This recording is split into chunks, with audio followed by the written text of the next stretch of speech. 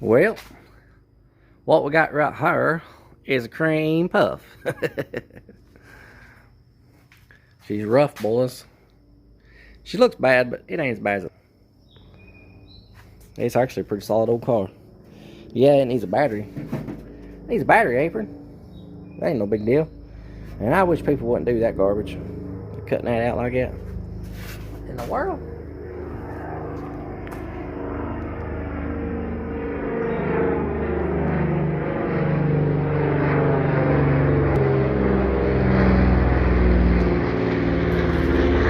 I sure hope that ain't the Chinese. That sucked.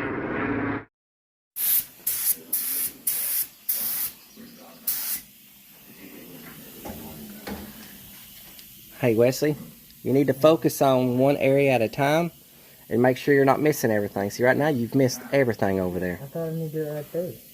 Okay. Just do it however you think you need to do it, buddy. It's just if you start painting over here and then you're trying to paint over there, this part over here is going to be sticky. And then while you're trying to paint that, you're liable to get into the sticky paint.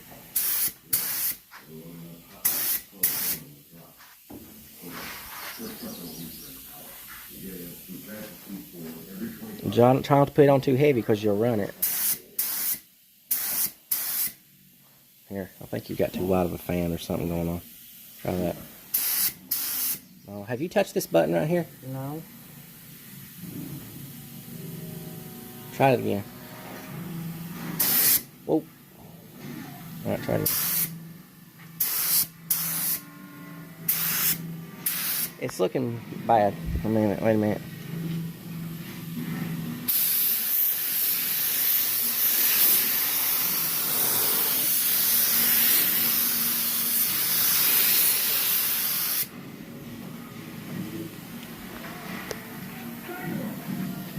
Have at it, my friend. Just...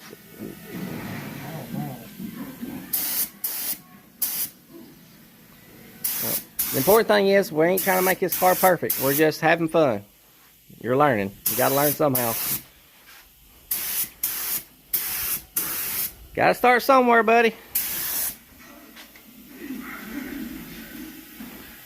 That's why we didn't try to get all the rust off. We didn't primer it. We didn't do nothing. We're just having fun.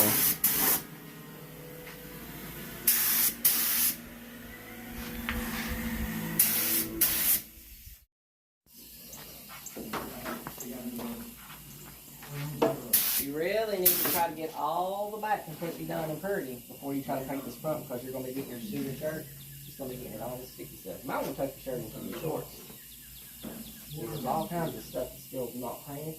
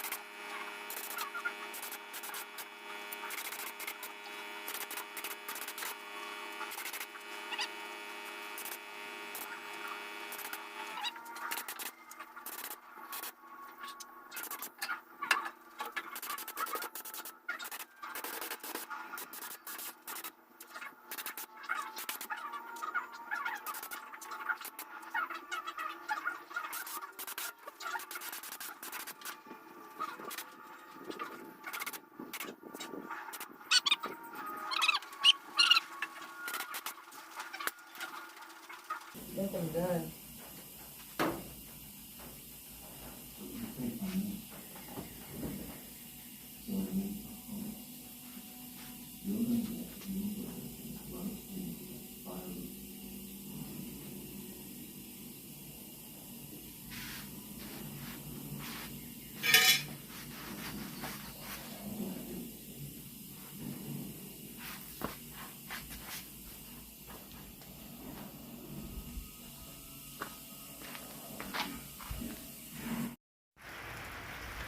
Well, Wesley painted the engine bay. No, it's not perfect. It ain't nowhere close to showroom quality. I don't even know if it's driver quality. But hey, little man, he's got to learn. We could have pulled it out and sandblasted it and epoxied it and spent hours and hours and hours on painting it. But this is not. This is just him having fun, learning how to do this. And this is one of them deals where we're not spending a bunch of money on nothing. So I know it ain't pretty. It ain't as pretty as it could be. But it ain't rusty. You know, it's black. And we're going to stick the old boat motor down in it, which is right over here. This is the motor that I bought that come out of that boat. This is that Merc Cruiser, the 302 that had the 351 Windsor heads. So it's still basically the same thing, same pulley, same alternator. The only thing that's different is the old 351 Windsor heads, the valves was burned up and the seats was bad. So I ended up putting another set of 351 Windsor heads back on it. And we put an Edelbrock Performer 289 intake on it. We put an HEI distributor in it. We put some fabricated valve covers on it. We didn't put no fancy camera, nothing in it. It's just stock. So it's a runner. That's all it is. It'll run. So we've got about let's see, $250. I give $40 for the intake, so that's $290. Distributor was free, came in something I bought, so I got less than $300 in all this because the valve covers was free. They come in a car, a car that I traded my son out of. These valve covers was laying in it, so free valve covers, free distributor, $40 intake, $60 oil pan, and $10 can of paint. I got about $300 in this entire setup. So, and I got no carburetor, no elder junk laying under the workbench. This thing's still up on the rack. He's decided that he's going to buy a new hood, new doors, or a new door and a new deck lid, and just let me stick them on for him. Stuck his old wheels back on it. So it's done pretty much. I mean, my part's done, but he decided he wanted to get some stuff shipped here. But let's see, we got an elder junk carburetor here somewhere, right there. So I give $40 for that intake, and it had this carburetor on it already. That was the Edelbrock AFB, same thing as the Edelbrock Carter. So we got a $40 carburetor and intake. We're gonna stick that on there. I don't know if it works. We're gonna try it and see though. It's all there. That's all that matters, right? The transmission that I'm going to use, I don't know if y'all remember, way back a long time ago, I bought an old junk 68 Mustang, had 351 Windsor in it. It was locked up. That's the transmission that was in it. I went through it and I put new clutches, new steels, all new gaskets, all new cylinder rings. Went through the valve body, pressure checked everything. Everything looked good. Of course, it's dirty right now, but everything in that thing is new. So we're going to use that transmission. I got about $100 in it right now. That's clutches, steels, you know, the seals, you know, cylinder rings, pump seals, tail shaft seal. So altogether, we're going to have about $400 in our drivetrain. So where we're sitting right now, I gave $1,500 for the car, more than I wanted to pay for it. I gave $1,500 for the car. I'm going to end up selling those wheels for $300. I think I got somebody on the hook right now wanting these wheels. So that's basically me selling the wheels. That's basically going to pay for my motor. So my motor's going to be free. So the only thing I'm going to have in the car right now will be $1,500 plus a $100 transmission. So we're looking good right now. We got Tractor Supply paint in our engine bay. Basically, the whole car's going to be hand-me-downs. So we're going to make this car run and drive with hand-me-down parts. So wish us luck. Y'all ain't going to believe what happened yesterday. You talking about nerve-wracking. So the guy that owns the 66 Ford Mustang Fastback that I've been working on, he messaged me the night before, said, hey, I'm gonna come pick the car up. So my son had that 67 sitting right there in this bay, and he had sanded the engine bay, he painted it, and then him and his mama and me set the motor down in it on, when was it, Monday night? Yeah, we set the motor down in it Monday night. Well, yesterday, I knew I had to pull it out and get it out of the way because the guy was coming to get the 66 fastback. So I hooked my tractor to it, and I hooked that strap right there to it, and I pulled that car all the way up to the very, very tippy top of this hill right here because I was all by myself. So I was just going to keep, my intentions was just keep getting off the tractor and just keep cutting the wheel and put it right there where the tractor's at now. Well, I pushed the clutch in and I bounced the tractor. I bounced the car. When I did, the old strap broke. There's an Eleanor sitting right there that's finished. And it was straight in line. I thought, oh, here we go. So I couldn't do nothing but sit there on the tractor. It took off rolling down the hill, and then it went, whoosh, turned. It went in between my building. Did this all on its own. There was nothing I could do. It's like that song, Jesus Take the Wheel. So it went in between this junk and that stand. The tractor wasn't here, of course. I was sitting on it up on the hill. So it shot in between that fender and that. Hightailed it down here. Hit that block of wood. And I guess when it hit that block of wood, it turned the wheels. So it shot around and it parked itself right there. It didn't hit nothing. It didn't run over that old junky fender. It might have run over that trash. Came down here. And it just parked itself right here in the weeds up against my shop. Ain't that something, fellas? That is insane.